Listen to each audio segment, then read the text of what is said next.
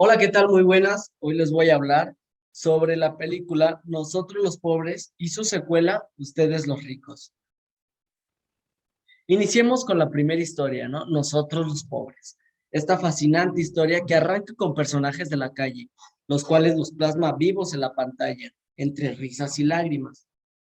Este es un filme del cine coloquial, firmado en 1948 por Israel Rodríguez Ruelas y Pedro de Urdimalas. Pedro Durdimalas, además de ser escritor de este filme, decide tomar el personaje del cargador de un camión, que es el famoso Topillos. No solo eso, sino que muy importante, que algo muy importante de Urdimalas es que es el escritor de una novela radiofónica que se llama Una tumba para llorar, de la cual se inspiró para hacer esta película.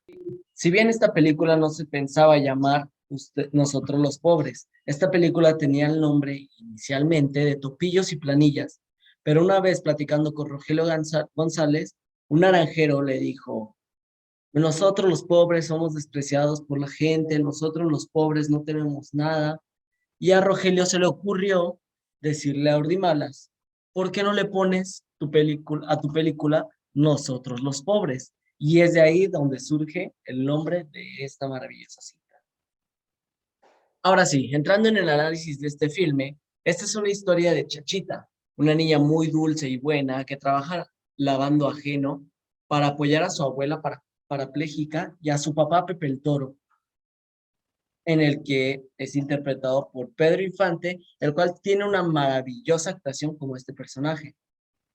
Este personaje está enamorado de su vecina Celia, con quien no puede tener una relación formal por no faltarle el respeto a la memoria de su difunta esposa, madre de su hija, y es víctima también de una injusticia que en esta forma interpreta excelentemente el papel de un hombre pobre y también de las injusticias a las que son víctimas los pobres.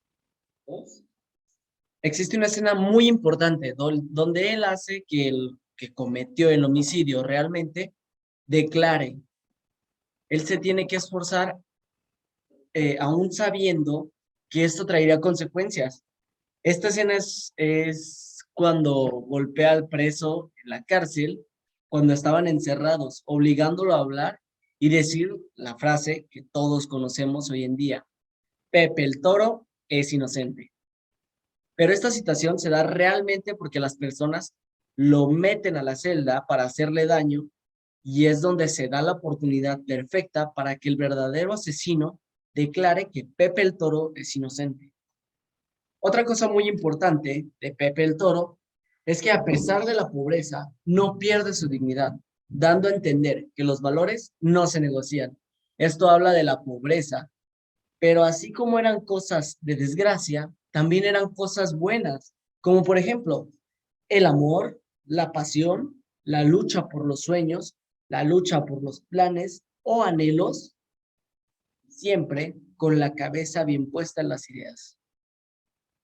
Prácticamente esta película reúne lo mejor de actores en ese tiempo que logren sacar exactamente lo que estaba tratando de transmitir el director, los sentimientos internos, no solamente de una persona, sino de todo lo que viene en el sentido de la sociedad de aquel tiempo. El director Ismael Rodríguez Ruelas declaró acerca de haber hecho un retrato fiel del mundo de los pobres.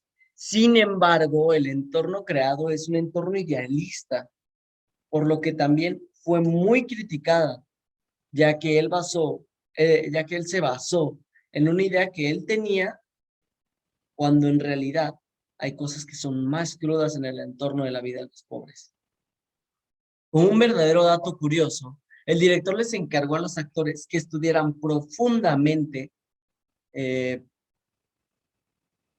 la forma de hablar de los habitantes de la Ciudad de México, o más conocidos como chilangos, los cuales exageraron su acento, de los cuales no se niega que algunos chilangos sí hablen de esta manera, pero esta cinta creó o generó esta idea del habla de estas personas.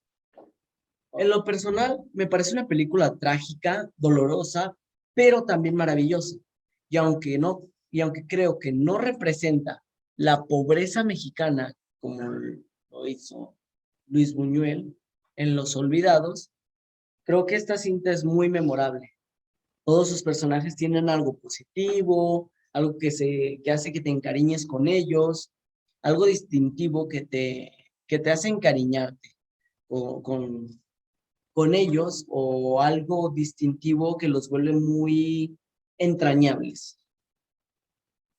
Te puedes dar cuenta de esto en los créditos, ya que sin tener CGI o efectos extravagantes, lograron presentarnos esta película en una forma muy original. Y si bien Urdinalas y Rodríguez todavía tenían mucho que contar, pero como la película ya había quedado demasiado larga, decidieron dividirla en dos partes.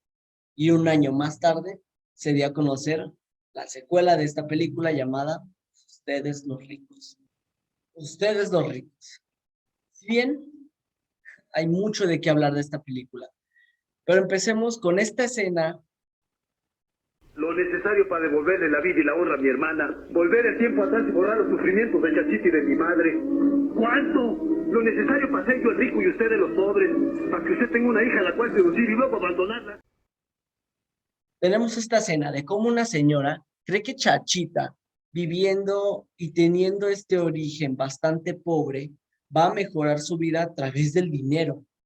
Y vemos que hay un choque de ideas que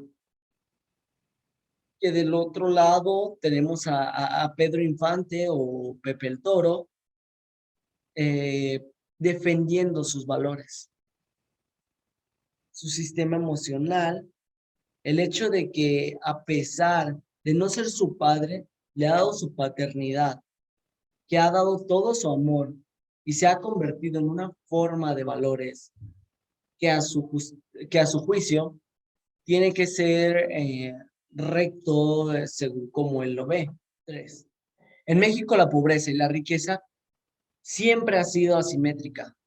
La gente en estado de pobreza difícilmente puede ascender socialmente.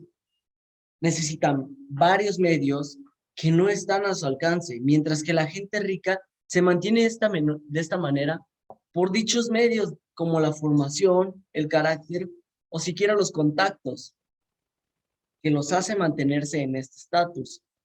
En México siempre ha habido minoría a aquellos que conservan su riqueza y una gran mayoría a los que conservan su pobreza.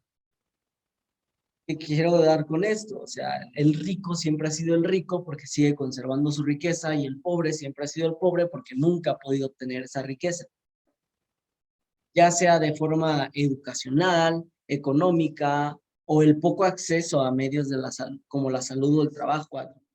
En los años 40, época en la que se desarrolla esta historia, los presidentes eran Manuel Ávila Camacho y Miguel Alemán Valdés. Este último es considerado como el cachorro de la revolución, el primer presidente civil después de la Revolución Mexicana, el cual quiso modernizar a México para dejar este estatus rural. También fue una persona que perfeccionó la corrupción para que la corrupción fuera un arte, entre comillas, y la corrupción priista fuese una cosa institucional.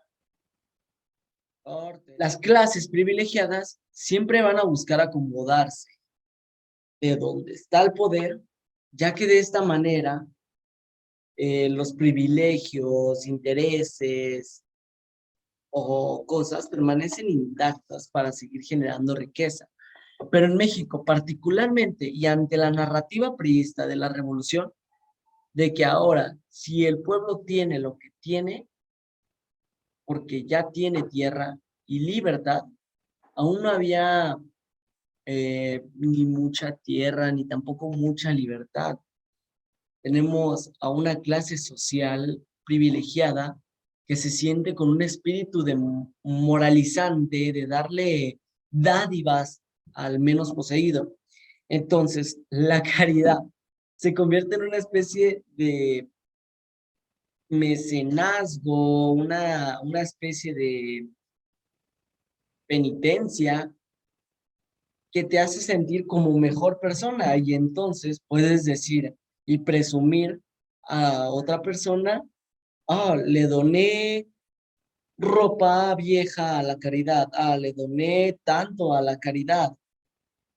A Ismael Rodríguez se le ocurre una historia en donde quiere retratar socialmente la vida que tienen los pobres en México, la pobreza urbana y también una exploración del bien y el mal, tanto en la pobreza como en la riqueza, en el estatus de los ricos, cómo impacta la vida de los pobres.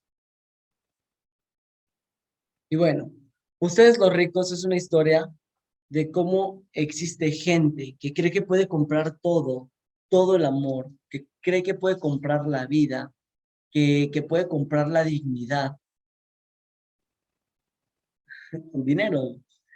Estamos viendo un complejo de salvadores o del salvador, el complejo de una persona que se siente con el derecho y el poder de ser diligente y salvar a quien menos tiene. Y dijimos que este asunto puede ser moralmente bien visto ante la sociedad, eh, porque te da ante los ojos de los demás, ante los ojos de la sociedad, un estatus de persona generosa y noble y que ve por los demás, que definitivamente las causas de, de los más vulnerables o de los más golpeados te importan, pero en el fondo simplemente estás en apariencia, simplemente estás buscando el aplauso de los demás para mostrar una generosidad que ni siquiera es sincera. Y este complejo del Salvador generalmente se manifiesta como una forma de lavar culpas, como una forma de mostrarse socialmente como una persona bondadosa, cuando realmente lo que tienes es un pequeño complejo de culpas en el que no tratas de atacar de fondo el problema de la desigualdad. Simplemente estás actuando de manera generosa, dando dádivas, una muestra de tu buen corazón. Y cuando no es así, cuando trata de hacerlo todo con el dinero y la chequera por delante, porque no puedes con la culpa de tener una riqueza, porque no puedes con la culpa de tener materiales, pero tener un vacío emocional. Y porque hay gente que simplemente se le hace fácil presumir que dar, presumir que ayuda, pero en el fondo sigue siendo una persona de mierda. Un ejemplo de esto son las personas de clase media alta que se les da este despertar en donde van y presumen sus buenas acciones en zonas de extrema pobreza.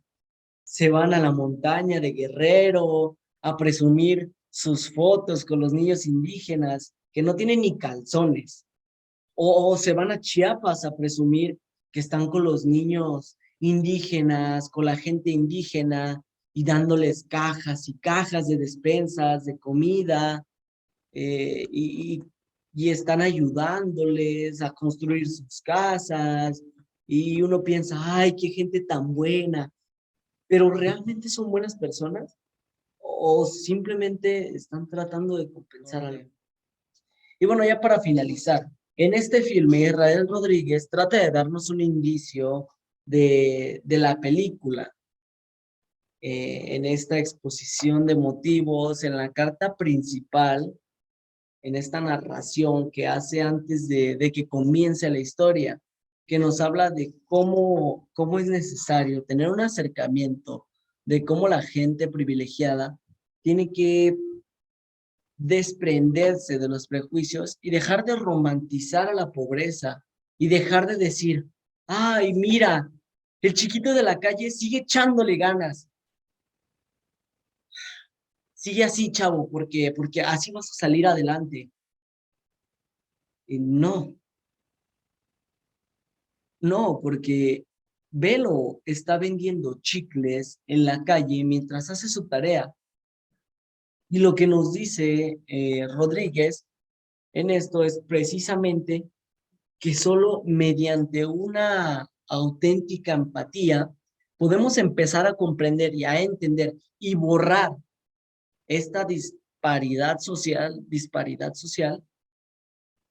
porque en el fondo porque en el fondo no se trata de romantizar la pobreza y tampoco se trata de estigmatizar a los ricos.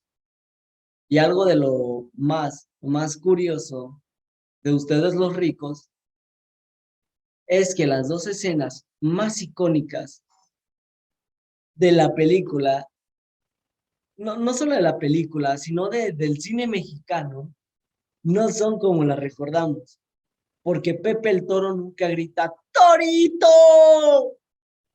En medio de las llamas, mientras lo abraza y ríe como loco. Y el Ata jamás le dice, chachita, te cortaste las trencitas. Y bueno, esto es todo. Espero les haya gustado y espero les haya podido resumir un poco o les haya dejado con las ganas de ver esta película. Si bien les dejo aquí las referencias y esto será todo de mi parte. Muchas gracias.